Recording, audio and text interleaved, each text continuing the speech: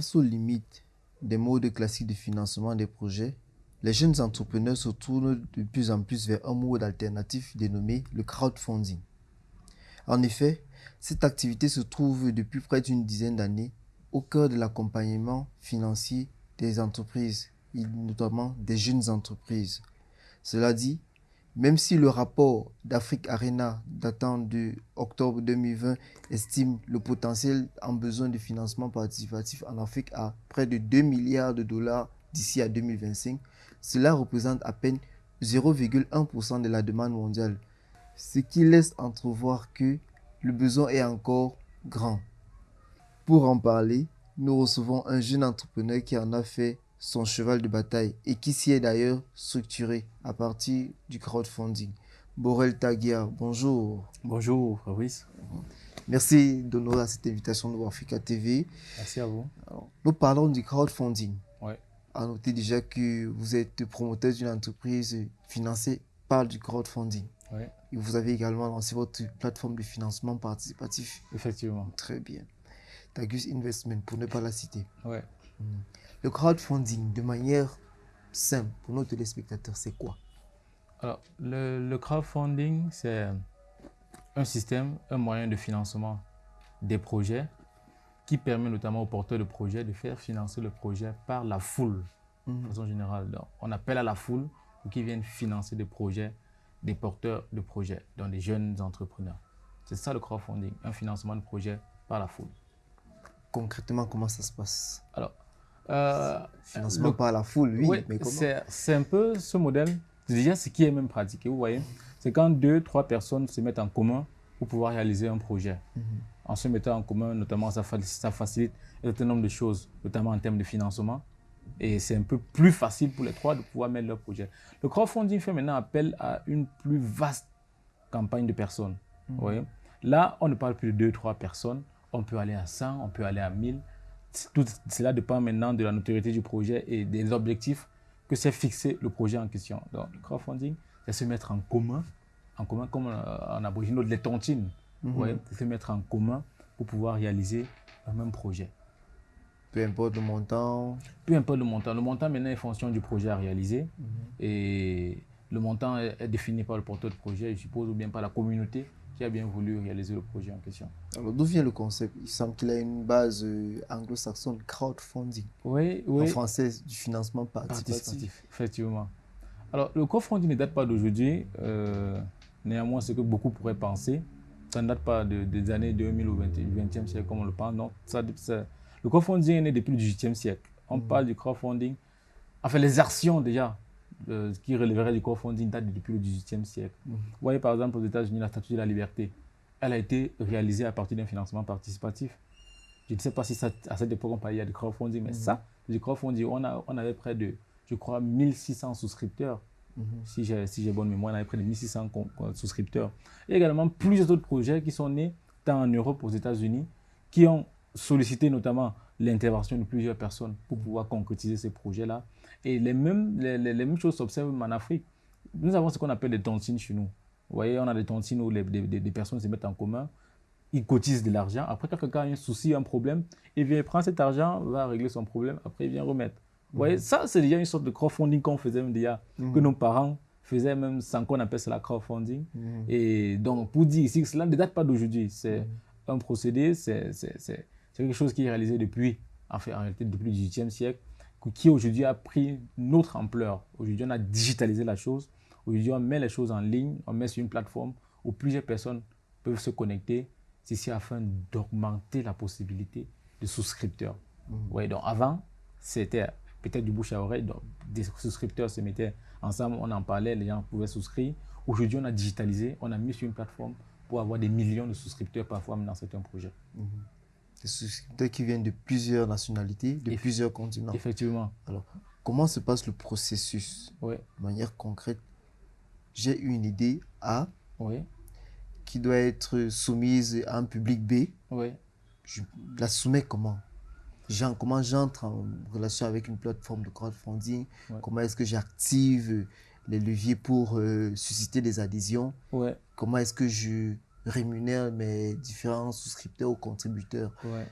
c'est tout un procédé justement, parce qu'il y a l'avant-campagne, pendant la campagne et après la campagne. Ouais, justement, avant la campagne, ça veut dire on a un projet, un projet qu'on voudrait financer.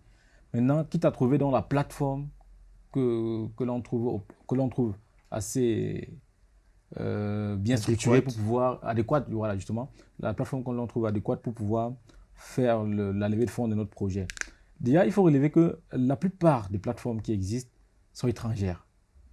Il y a beaucoup d'Africains qui réalisent des campagnes de crowdfunding sur des plateformes étrangères. Ouais. Ça veut dire non seulement vous voulez faire un projet, vous voulez faire un projet peut-être en Afrique, mais vous faites votre campagne sur une plateforme qui est étrangère. Ça veut dire les fonds, les souscripteurs, lorsqu'ils vont souscrire, les fonds vont d'abord s'en aller dans ce pays-là, après, si vous arrivez à l'objectif, de revenir à votre niveau pour que vous puissiez réaliser votre projet. Donc, cela dit, ce que je viens de décrire veut donc dire le choix de la plateforme est déjà très important. Très, très important. Et dans notre contexte, particulièrement en Afrique, il n'y a pas, c'est encore assez difficile de voir des plateformes qui réalisent des campagnes de crowdfunding de bout en bout, donc surtout de la chaîne, sans qu'il y ait, si je peux le dire, parfois quelques petits obstacles et tout. Il y en a bien sûr qui essaient de faire des choses, qui essaient de faire des grandes choses, mais parfois on est limité en termes de moyens de paiement, on est limité en termes d'envoi des fonds, de percevoir des fonds. Il y a tellement de limites parfois.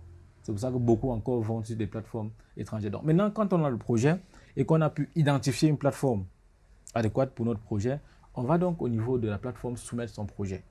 On va donc au niveau de la plateforme, on soumet son projet. Si les membres de la plateforme trouvent le projet intéressant, notamment, ce projet passe donc en financement. Peut-être néanmoins quelques processus au procédé, mais le projet passe en financement. Maintenant, pendant le processus de financement, pendant la campagne, c'est alors à ce moment-là que le porteur de projet doit jouer de beaucoup de stratégies pour pouvoir arriver à l'objectif, à financement.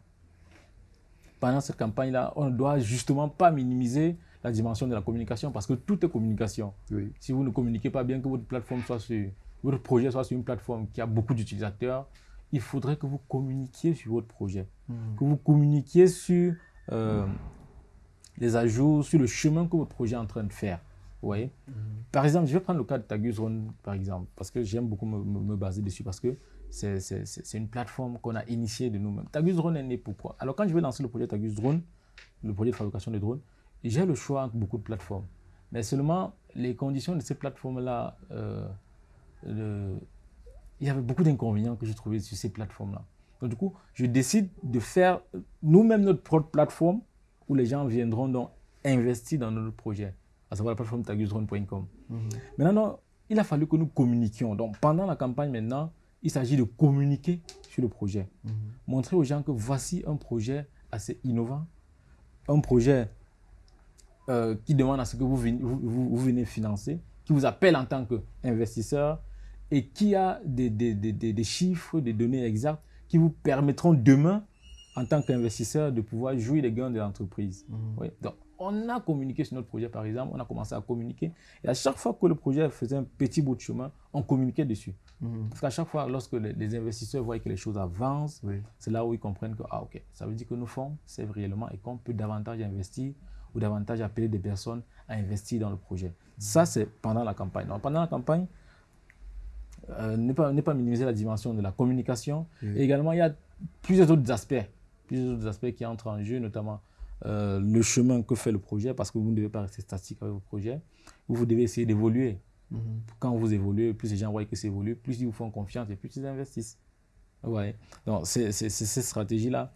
Trouvez même, à un certain moment, commencez même à trouver des marchés, commencez même à vendre votre prototype ou bien vos modèles si c'est bien possible. Vous commencez à attaquer le marché à vos modèles. Parce que vous imaginez, les personnes qui au début n'ont pas cru en votre projet, à un moment, ils voient votre projet sur le marché, mais wow, ils ont comme l'impression d'avoir manqué un tournant de leur vie. Ils voient votre projet sur le marché, ça vous dit que vous êtes quitté du projet, de l'idée de projet, vous l'avez concrétisé, vous l'avez mis sur le marché et c'était déjà exploitable.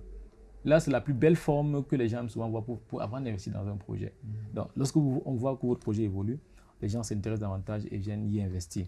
Ça, c'est pendant la campagne. Maintenant, après la campagne, il faut bien sûr respecter les engagements que l'on a pris avec les souscripteurs. Si c'était une entrée dans le capital, parce qu'il y a plusieurs formes de crowdfunding déjà, Oui. qu'il faudrait souligner, parce que le crowdfunding se subdivise en trois. On a les dons, on a le prêt et on a l'entrée dans le capital. Lorsque c'est sous forme de dons, dans les dons, on a aussi deux catégories. On a les dons avec contrepartie et les dons sans contrepartie. Donc, si vous étiez parti sur la base de dons avec contrepartie, lorsque les gens vous font des dons, alors donnez-leur la contrepartie en retour. La contrepartie parfois peut être un de vos prototypes. Peut-être si c'est un ouvrage que vous voulez écrire, vous pouvez leur dire que les premiers ouvrages, je vais vous les dédicacer. Ça peut être une contrepartie. Donc, effectivement, remettre la contrepartie si cela a été fixé dès le départ. Si c'était le prêt, alors effectivement, respecter les clauses qui parfois peuvent être un prêt avec intérêt ou alors un prêt sans intérêt. Donc, remettre l'argent s'il y avait intérêt, mettre les intérêts s'il n'y en avait pas, ne pas le faire ou remettre tout simplement de l'argent. Maintenant, l'entrée dans le capital, qui est un domaine captivant. Maintenant, si c'est plutôt l'entrée dans le capital qu'on appelle le crowd-kitty, l'entrée dans le capital, alors à la fin, remettre un contrat d'actionnariat aux investisseurs. Leur montrer effectivement qu'ils sont investisseurs dans votre entreprise. Et dès la première année, si vous avez fixé que vous deviez partager les dividendes telle année, telle date, alors effectivement le faire pour que davantage de personnes comprennent que le crowdfunding, véritablement, c'est le levier de l'entrepreneuriat, comprendre que c'est le levier de l'entrepreneuriat et qu'on peut justement faire confiance à ce modèle de financement-là, sachant que beaucoup ont opté pour ce moyen-là et ont gardé leur parole, ont su respecter la parole qu'ils ont donnée dès le début. Alors, localement, y a-t-il de nombreuses plateformes au niveau africain et davantage au niveau camerounais? Au niveau du Cameroun, je connais une plateforme. Sans les citer. Oui, je connais une plateforme qui fait la levée de fonds de projet. Vous voyez? Mais justement, ces plateformes, j'y ai trouvé quelques limites, comme je l'ai dit toujours. Et au niveau africain, je crois qu'il y en a aussi plusieurs. Kenya, au Ghana, j'en ai également trouvé plusieurs. Mais généralement, lorsqu'on fait une plateforme de crowdfunding, c'est un peu, comment je vais le dire, c'est un peu statique, je trouve parfois. C'est un peu statique dans la mesure où certaines personnes viennent, les porteurs de projet viennent mettre leur projet, les gens viennent, ils lisent le projet, et s'ils veulent investir, ils investissent, et tout court. Donc, par rapport à ces limites-là, nous, avec la campagne qu'on a réalisée avec Tagus Drone, on s'est dit, mais on va apporter une sorte d'innovation en ce qui concerne le crowdfunding. Il est vrai que le crowdfunding, c'est le levier de l'entrepreneur, ça permet aux porteurs de projet d'avoir des fonds pour pouvoir réaliser leur projet. Ça permet à une communauté d'investir dans les projets et de se faire davantage de gains. Mais l'une des dimensions du crowdfunding, c'est le rassemblement. Oui. Et nous, on en a surtout besoin en Afrique. Pour moi, ça, c'est l'un des aspects que j'adore sur le crowdfunding. C'est que ça rassemble. Aujourd'hui, nous avons une plateforme de près de 15 000 personnes qui sont de tous bords du continent africain. Et quand vous voyez les personnes parler de l'Afrique, ça vous donne envie de rêver, ça vous donne l'espoir. Ça vous donne cette envie de vivre longtemps pour pouvoir un jour nous voir tous Africains rassemblés autour d'un objectif commun. Alors, en quoi se trouve l'innovation? L'innovation, maintenant, c'est notre plateforme. Oui. C'est au niveau... On n'a pas que fait une plateforme de levée de fonds, non. On a fait un réseau social d'investissement. Donc, on a mis une sorte d'interaction entre ceux qui veulent souscrire, les porteurs de projets et la communauté. Donc, sur la plateforme tagusinvestment.com, lorsque vous y allez, vous n'allez pas que venir investir dans le projet. Non, vous avez la possibilité de pouvoir commenter, de pouvoir poser des questions, de pouvoir utiliser le chat, d'interagir avec les autres souscripteurs, de poser des questions et les gens viennent répondre. Donc, on fait des commentaires, on fait même des publicités sur la plateforme. Donc, il y a une sorte d'interagissement entre tous les membres de la plateforme, ce qui pousse les gens chaque jour à se connecter davantage sur la plateforme et de venir investir dans ce projet ou alors de venir participer au développement de notre continent. Très bien. Alors, au niveau de la sécurité, sécurité juridique et sécurité des données, comment est-ce qu'on le fait? Alors, c'est là que justement, notamment dans l'un des avantages de notre plateforme, parce que déjà la sécurité juridique, sachant qu'il n'y a pas d'encadrement légal clair. En ce qui concerne le crowdfunding, il n'y a vraiment pas de test en la matière en ce qui concerne actuellement le Cameroun. Non. Sur la sécurité, ce qu'on essaie de dire généralement aux utilisateurs de notre plateforme, c'est qu'il n'y a pas de règles claires en la matière déjà en crowdfunding. Mais ce que nous avons essayé de faire sur notre plateforme, c'est de respecter déjà, de prendre le modèle. En général, on sait que la plupart de nos choses, on copie un peu sur le modèle français. Je vais le dire comme ça, en guillemets. On copie sur... Donc, on a essayé de respecter ces modèles-là, sachant que lorsque la réglementation voudra être en vigueur, donc lorsqu'on va vouloir implémenter la réglementation, que nous serons déjà dans les mesures, que nous serons dans les règles Vous voyez? Et comme j'ai parfois l'habitude de dire, c'est en commençant à faire qu'on pousse l'administration à s'y intéresser. Tout à fait. Vous voyez? Donc, quand on va voir de nombreux projets qui vont naître grâce au crowdfunding, on va voir des plateformes de levée de fonds qui vont commencer à se multiplier, des petits pains. C'est là où l'administration commence à se dire, ah, ça veut dire qu'il faut encadrer le domaine parce qu'il y a déjà beaucoup de personnes, il y a beaucoup d'allers-retours, des personnes de la divergence. Oui. Donc, on va commencer à vouloir encadrer le secteur. Donc, la sécurité sur le plan juridique. Et vous pouvez également porter cet encadrement, cette réglementation. Et sur quel point particulier est-ce que vous attendriez, quels sont les points particuliers sur lesquels on devrait s'attarder dans la réglementation? Alors, mettre un certain nombre de tests qui protègent le souscripteur, qui protègent le porteur de projet et qui protègent la plateforme également. Oui, parce que généralement, les réactions qu'on a sur notre plateforme, par exemple, c'est que beaucoup viennent dire qu'est-ce qui garantit mon investissement? Oui, généralement, on va leur répondre vous avez un contrat peut-être avec le porteur de projet et le contrat fait foi. En juridiction, le contrat fait foi. Mais parfois, vous allez également voir des gens est-ce que le gouvernement est au courant de votre activité? Ça va revenir fréquemment. Maintenant, dit que l'entreprise elle est légalisée, ça peut être une forme de sécurité. Mais maintenant, dit que vous avez le droit de pouvoir faire une levée de fonds parce que notre plateforme, elle est une plateforme de levée de fonds. Il y a beaucoup de choses que nous ne faisons pas qui entrent dans un certain cadre. Et donc, ce que l'on fait justement, c'est un peu ce qu'on appelle les intermédiaires en financement participatif. Ce sont comme des intermédiaires en financement participatif où il y a également des lois qui doivent régir ce secteur-là. Donc, ce que l'on entendrait justement de l'administration, comme je le disais, ce sont des règles, des articles qui viennent protéger le porteur de projet, la plateforme et les souscripteurs. Et au niveau de la sécurité des données? Maintenant, en termes de sécurité des données, on a nos serveurs. On a nos serveurs parce que ce que l'on veut faire, notre plateforme est là assez ambitieuse. L'on veut réunir toute l'Afrique. À côté de votre plateforme, pour les autres plateformes, voilà, parlons des plateformes en général. Oui, les plateformes en général, pour celles qui sont par exemple au Cameroun, vous allez voir généralement, elles ne sont que camerounaises. Ça veut dire que vous allez voir la plupart des projets ne sont que camerounais. Les projets camerounais sont là, les Camerounais viennent y investir. Dans d'autres pays, au Ghana, en Côte d'Ivoire, c'est localisé en fait. Or, notre plateforme, on l'a mis sur l'Afrique. Ça veut dire, comme je l'ai dit, c'est l'Afrique qu'on veut unir autour de notre plateforme, de notre réseau social d'investissement. À un certain niveau, certains diraient même dans notre groupe, certains disent que ce projet n'a pas pour seule finition que les gains des porteurs de projet. Son objectif fondamental, c'est le rassemblement. Et beaucoup l'ont compris. Parce que c'est ce qu'on essaie de mettre en premier plan sur notre plateforme. Maintenant, la sécurité au niveau des données, justement, elle est fondamentale. Parce que qui dit gérer autant de personnes, dit également sécuriser les données de ces personnes-là. Donc, on essaie d'avoir des serveurs. On a des serveurs localement, des serveurs à notre niveau, où l'on stocke les données de ces personnes-là sur ces serveurs. Ça, c'est pour empêcher des piratages ou alors des accès à ces données. Et justement, dans notre politique, parce qu'on a des conditions générales d'utilisation où on stipule que les données des utilisateurs ne peuvent être utilisées. Si elles sont utilisées, c'est dans certains contextes, tels que peut-être la publicité, où on mentionne tout cela, tels que la publicité, les cookies qu'on installe au niveau au niveau du code, au niveau de la plateforme, pour justement faire parfois des publicités ciblées ou alors pour pouvoir permettre aux gens de pouvoir poster leur publicité. Donc, dans tous les cas, il y a une sécurité à 100% en ce qui concerne les données des utilisateurs sur nos plateformes. À 100%. Personne ne sait jamais le cas. Et dans notre contexte où on est très alerte lorsqu'on parle de nos idées, de nos projets, on est moins enclin à partager l'idée au public et davantage à la retrouver sur une plateforme. Comment est-ce qu'on sécurise l'idée d'un individu?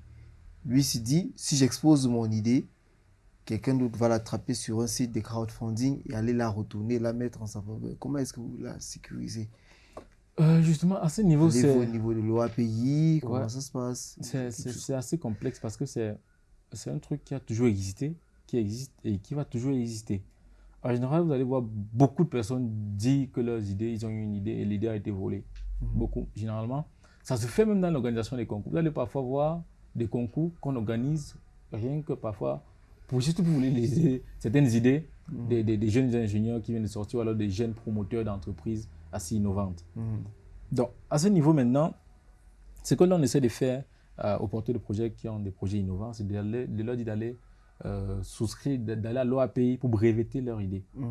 Ce n'est que lorsque vous avez breveté votre idée que vous pouvez dire que vous êtes maître de votre idée. Si vous ne l'avez pas fait, Attendez-vous à ce que peut-être quelqu'un un jour prenne votre idée et l'amène à un degré que même vous-même n'aurez pas pu l'amener et vous n'aurez que vos yeux pour pleurer ou bien votre bouche pour dire qu'on vous a volé votre projet. Mais la seule forme de sécurité assez propice, c'est l'OAPI pour breveter votre projet.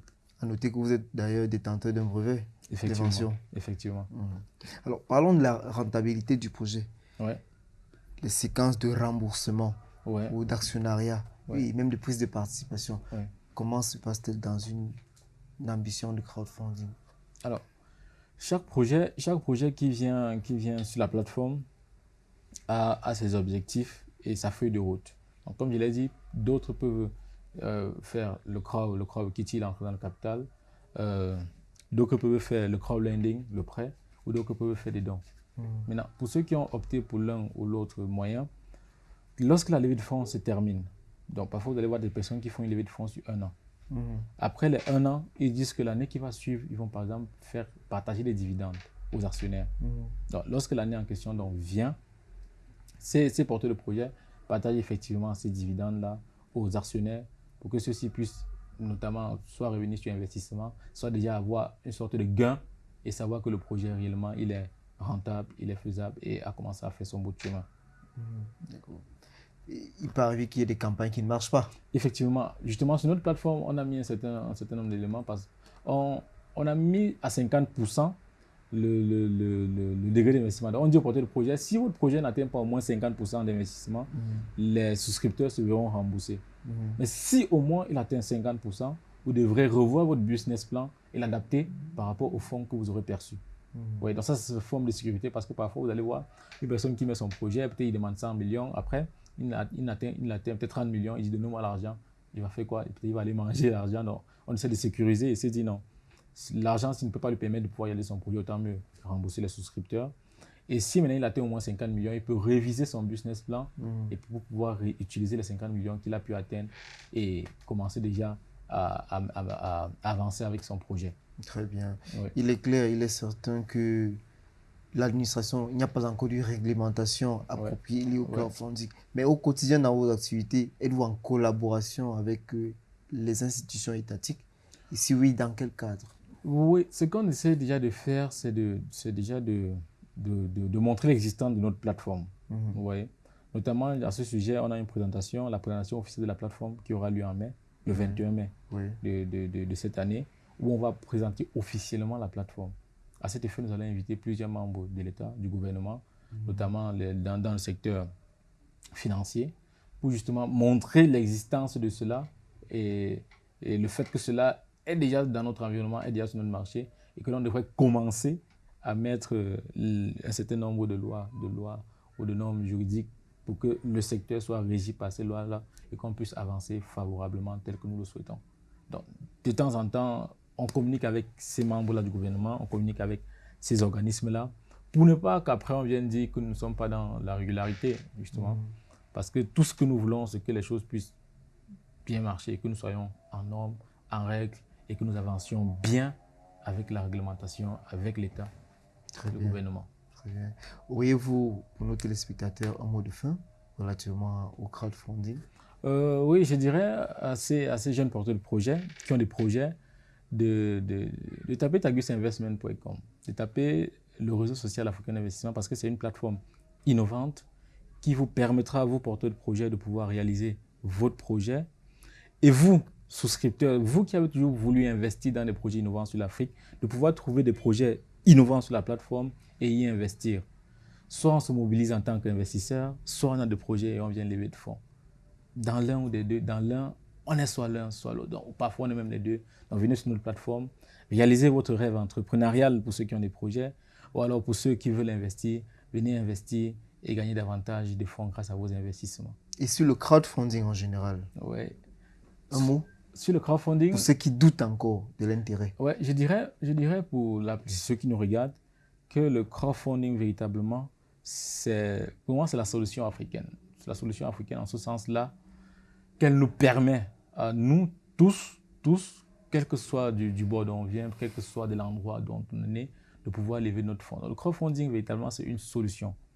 Intéressez-vous davantage à ce domaine-là. Essayez de trouver votre votre couloir, ce dont on a parlé aujourd'hui, il y a toujours des couloirs qui naissent chaque jour. Donc, essayez de trouver votre secteur d'activité et ayez une vision assez particulière, quitte à vous de pouvoir l'adapter plus tard. Mais vous avez votre vision, le crowdfunding, c'est la solution. Vous pouvez, soit, comme on l'a dit, lever de fonds ou bien investir, mais le crowdfunding reste tout de même, reste fondamentalement la solution pour réunir l'Afrique, pour assembler l'Afrique autour d'un idéal commun. Merci Borel. Merci. Voilà qui est dit. Mesdames, Messieurs, vous savez tout ou presque sur l'activité du crowdfunding. Nous espérons vous retrouver très bientôt sur les antennes de Africa TV.